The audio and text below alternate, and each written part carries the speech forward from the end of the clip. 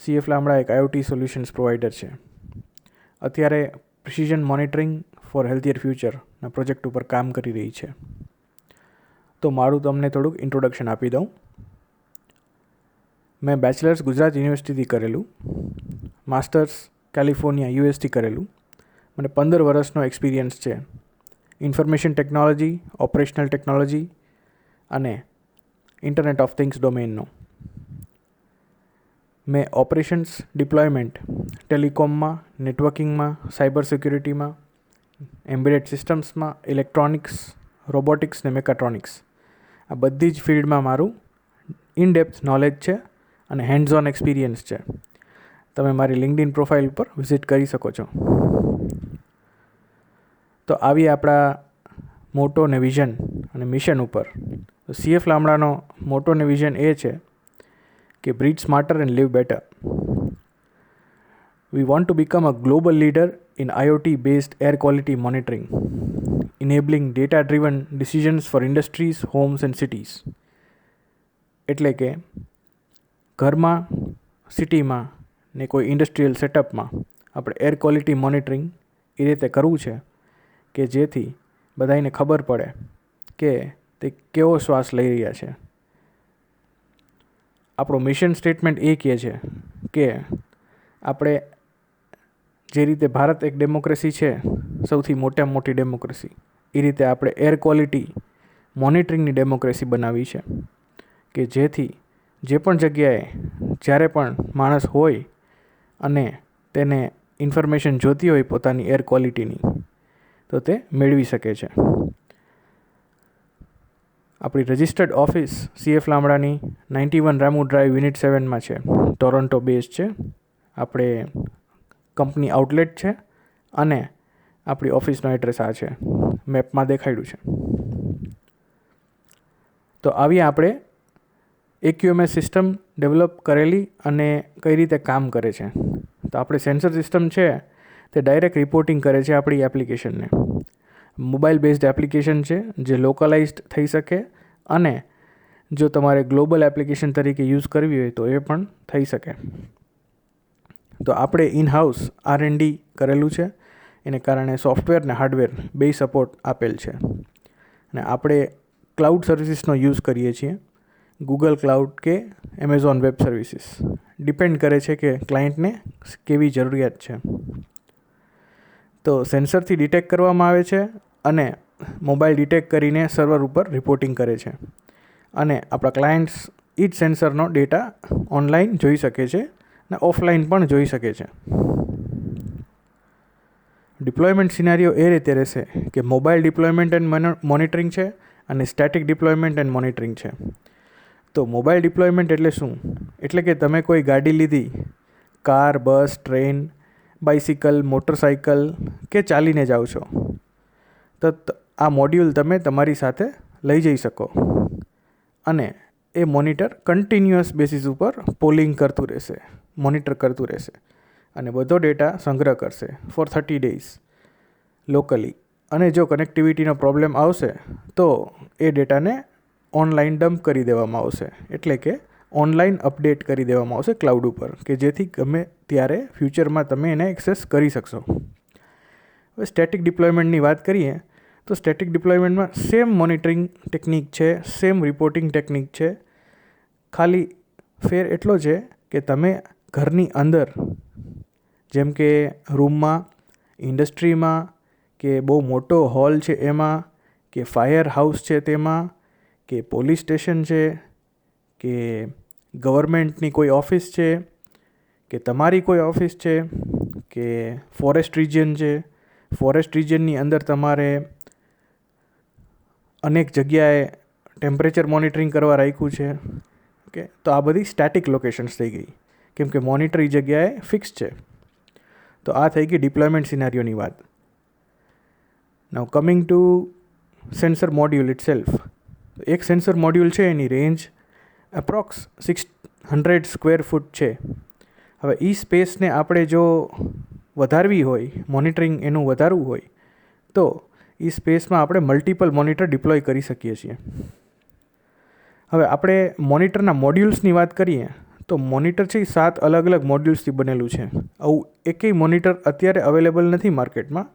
જે પણ અવેલેબલ છે કરન્ટલી બહુ સસ્તા મોડ્યુલ્સ છે કે જેની અંદર 1 થી 2 સેન્સર્સ જ આપવામાં આવે છે અને એ સેન્સર્સના આધારે બીજા આઉટપુટ્સ ઇન્ટરપોલેટ કરવામાં આવે છે, પ્રોજેક્શન કરવામાં આવે છે, કે જેને કારણે સાચું મોનિટરિંગ થતું નથી. પણ આપણું CF લામડાનું મોનિટર છે એની અંદર 7 અલગ અલગ monitors module specifically for each and every monitoring છે.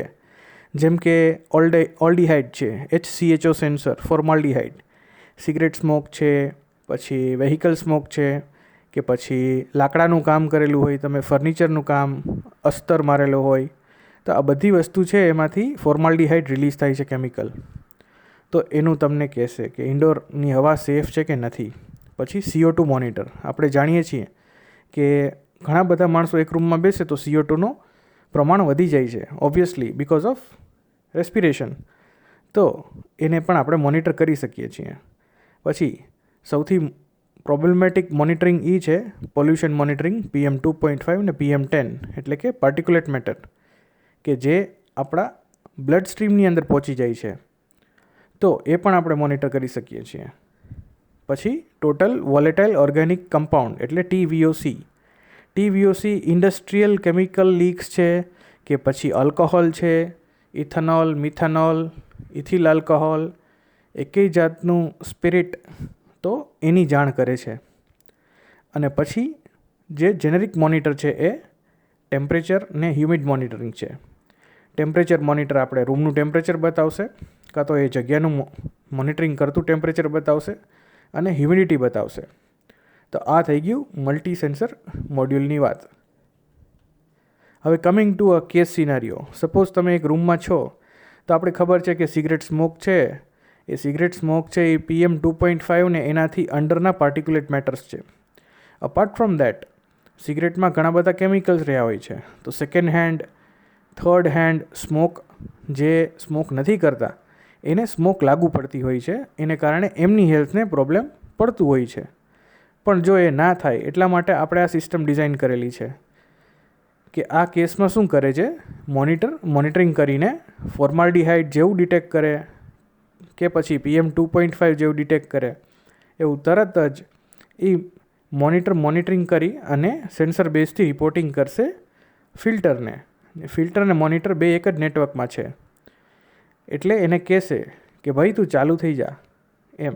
એટલે ફિલ્ટરિંગ ચાલુ થઈ જશે અને એને કારણે એર ફિલ્ટર થઈ જશે અને એર ક્લીન થઈ જશે. અને આ આખી પ્રોસેસ લગભગ 30 સેકન્ડ્સની અંદર થઈ જશે. એટલે કે તમારી એર છે એ કોન્સ્ટન્ટલી પ્યુરિફાઈ થતી રહેશે. એવું નહીં કે સ્મોક ભરાણી રૂમમાં અને પછી એ ચાલુ થયું, પછી 1 કલાક પછી એર ફિલ્ટરિંગ થાય, નહીં. It would be a real time action. તો આ થઈ ગયો એક example case smoke detection and રેમિડિએશનનો. Now coming to data visualisation. As we said previously કે આપણો ડેટા છે એ ઓનલાઈન અવેલેબલ છે. હવે ઓનલાઈન અવેલેબલ ઘણી સિચ્યુએશન્સમાં ન રાખવો હોય આપણે, કેમ કે ગવર્મેન્ટ એન્ટિટીઝ હોય તો એને પૂરતો કંટ્રોલ જોતો હોય. તો એ રીતે being a cyber security expert, I can tell that we can put authorized access on the data visualization also. પણ આપણે જ્યાં જ્યાં સેન્સર ડિપ્લોય કરેલા છે તેનું ડેટા વિઝ્યુલાઇઝેશન આપણા લોગોથી દેખાઈ રહ્યું છે અત્યારે ગુજરાતમાં. અત્યારે પ્રપોઝડ આર્કિટેક્ચર આ રીતે આપણે ડિપ્લોય કરવાનું છે. તો આપણે જ્યાં પણ 7 અલગ અલગ સેન્સર્સ છે કે કોઈ એક સેન્સર્સ છે જે આપણે મોનિટરિંગ કરવાના રહેશે, એ બધાય આપણે આ લોકેશન્સે દેખાશે. કદાચ ગુજરાતમાં આ રીતે ડિપ્લોય થાય તો જ્યાં જ્યાં ડિપ્લોય થાય ત્યાંનું વિઝ્યુઅલ ડેટા આ રીતે રહેશે અને એકચ્યુઅલ ડેટા તમને સર્વર ઉપર કે તમારા મોબાઈલ ઉપર કે એક્સેસિબલ ઓથોરિટી દ્વારા જ જોવા મળશે. અને જો એ એક્સેસિબલ ઓથોરિટી ઓપન સોર્સ રાખશે તો બધાઈને જોવા મળશે. એટલે આમાં 2 ડિફરન્સીસ છે. ઓકે, આપણે એ રીતે ધ્યાનમાં રાખીએ છીએ ક્લાયન્ટની રિક્વાયરમેન્ટ્સને કે ક્લાયન્ટને પ્રાઇવેટ રાખવો છે ડેટા કે પબ્લિક રાખવો છે. તો આ થઈ ગયું data visualisation. Now coming to the innovation pipeline, એટલે કે આપણે અત્યારે ખાલી મોનિટરિંગ ઉપર જ નહીં પણ આપણે બીજી ડિવાઇસીસ ઉપર કામ કરીએ છીએ. ઓક્સિજન કોન્સન્ટ્રેટર કે ઓક્સિજન જનરેટર આપણે જે કહીએ કે જે મેડિકલમાં કામ આવે છે તેના ઉપર આપણું કામ ચાલુ છે. પછી એર ફિલ્ટર ઉપર કામ ચાલુ છે. અને ત્રીજું છે વેધર સ્ટેશન, કે જે એક મોટો એરિયા કવર કરી શકે છે, અબાઉટ 100 સ્ક્વેર મીટરનો. બિલ્ડિંગમાંથી એક વેધર સ્ટેશન મારેલું હોય, તમે લગાવેલું હોય, તો તેનાથી તમને બહુ જ એ એરિયાની ખબર પડી જાય છે કે ત્યાં વરસાદ કેટલો થયો, વિન્ડ સ્પીડ શું છે, ટેમ્પરેચર શું છે, હ્યુમિડિટી શું છે, એના સિવાય CO2 કેટલું છે, પાર્ટિક્યુલેટ મેટર કેટલું છે. ઓકે, તો આપણે જે મોડ્યુલ કીધું એ જ મોડ્યુલ, બટ આ વધારે રોબસ્ટ અને ઇન્ડસ્ટ્રીયલ લેવલનું મોડ્યુલ છે કે જેથી તમે એને બિલ્ડિંગ ઉપર કે કોઈ ઇન્ડસ્ટ્રીની જગ્યાએ, સ્કૂલના પ્લેગ્રાઉન્ડમાં એ રીતે તમે લગાવી શકો છો કે જેથી તમને આખા એરિયાની ખબર પડે છે. તો આ છે આપણી ઇનોવેશન પાઇપલાઇન. અત્યારે કરંટ અને પ્લાન્ટ ડિપ્લોયમેન્ટ, તો આ સિનેરિયો છે કરંટ અને પ્લાન્ટ ડિપ્લોયમેન્ટનો. આમાં આપણે જોઈ શકીએ છીએ કે યુએસમાં આપણે 3 જગ્યાએ ઓલરેડી પ્લાન્ટ છે, કેનેડામાં ઓલરેડી કરન્ટલી ડિપ્લોયડ છે જ્યાં અત્યારે CF લામડા રજિસ્ટર્ડ છે, અને નેક્સ્ટ સ્ટેજમાં પ્લાન્ટ ડિપ્લોયમેન્ટ આપણે ઇન્ડિયામાં રાખેલ છે. અત્યારે મિસ્ટર મયુર લિંબાચિયા સાથે CF લામડાની પાર્ટનરશિપ આગળ વધી છે. તો આ છે મારો કોન્ટેક્ટ ને ID કાર્ડ નંબર અને મયુરભાઈનો મોબાઈલ નંબર, કે અમે પ્રપોઝડ રિપ્રેઝેન્ટેટિવ ઓલ ઇન્ડિયાના બનાવવાના છે એમને. તો તેના માટેનો ઇન્ફોર્મેશન છે. તમે અમને કોન્ટેક્ટ કરો અને અમે તમને સોલ્યુશન પ્રોવાઈડ કરશું. Thank you very much.